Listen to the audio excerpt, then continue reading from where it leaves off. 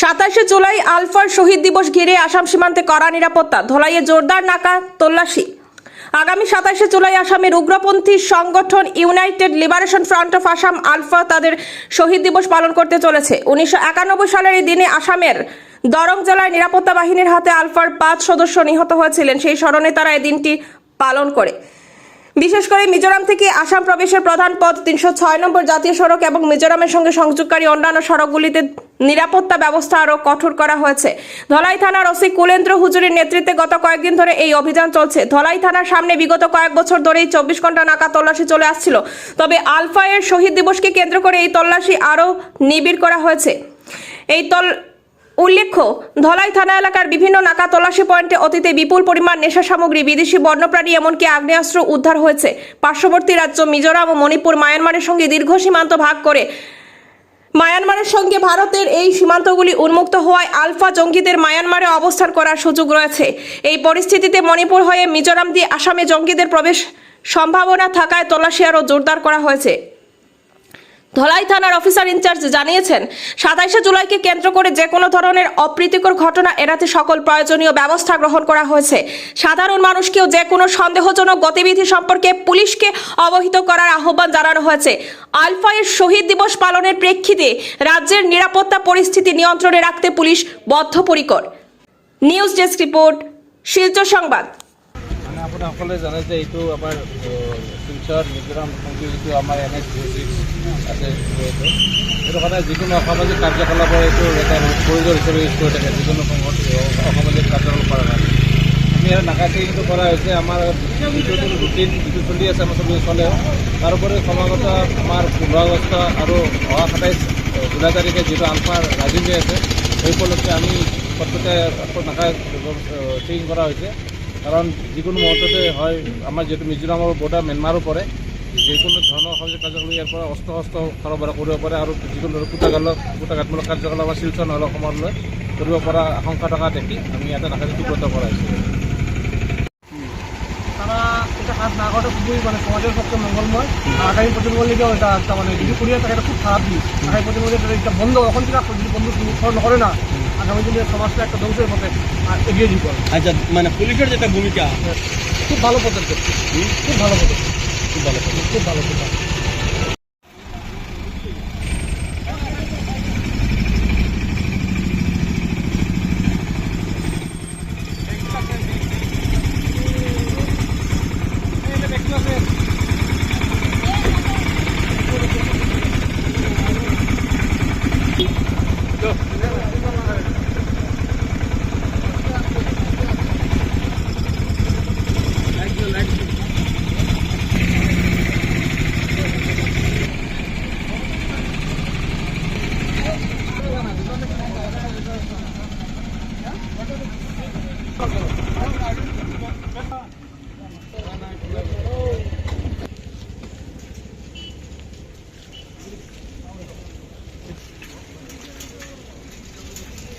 ঠিক আছে।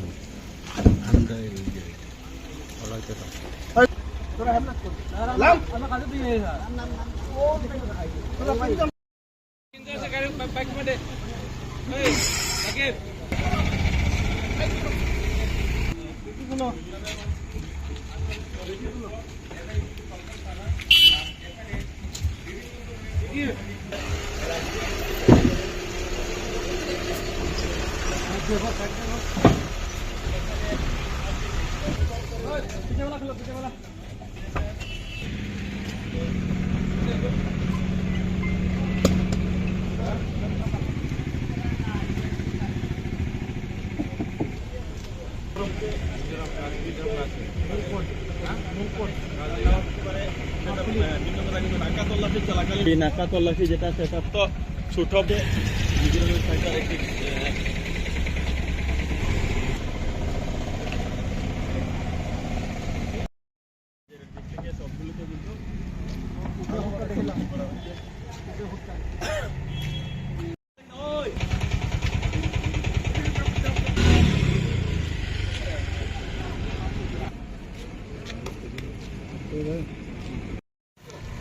তো উল্লেখ করতে চাইছি ঠিক এই জায়গায় থেকে আমরা যে বিষয়টা উল্লেখ করতে চাইছি, আমি বর্তমানে যেখানে আছি এখান থেকে আমাদের পার্শ্ববর্তী রাষ্ট্র যেটা মায়ানমার, সেটার দূরত্ব আমাদের রাজ্যের যেটা রাজধানী গৌহাটি সেটার থেকেও কম। মাত্র 350 কিলোমিটার বা তার থেকে কম দূরত্বে এখানে মায়ানমারের সীমান্ত রয়েছে। আর বাংলাদেশ বা পাকিস্তানের সহিত আমাদের রাজ্যের যে সমস্ত সীমান্ত, সেই সমস্ত সীমান্ত কিন্তু সিল রয়েছে। আর মায়ানমারের সহিত আমাদের যে সমস্ত সীমান্ত রয়েছে, সেই প্রত্যন্ত অঞ্চল মিজোরামের দীর্ঘ বর্ডার শেয়ার করে মায়ানমার, সেই সমস্ত বর্ডার কিন্তু উন্মুক্ত রয়েছে।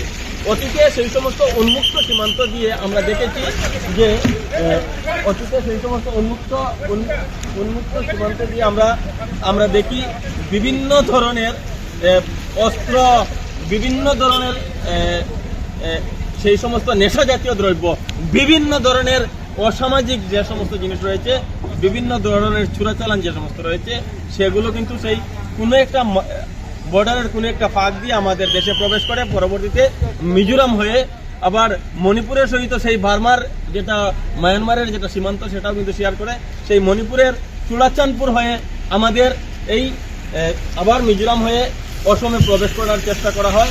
আর অসমে প্রবেশের এটা কিন্তু মূল প্রবেশদ্বার।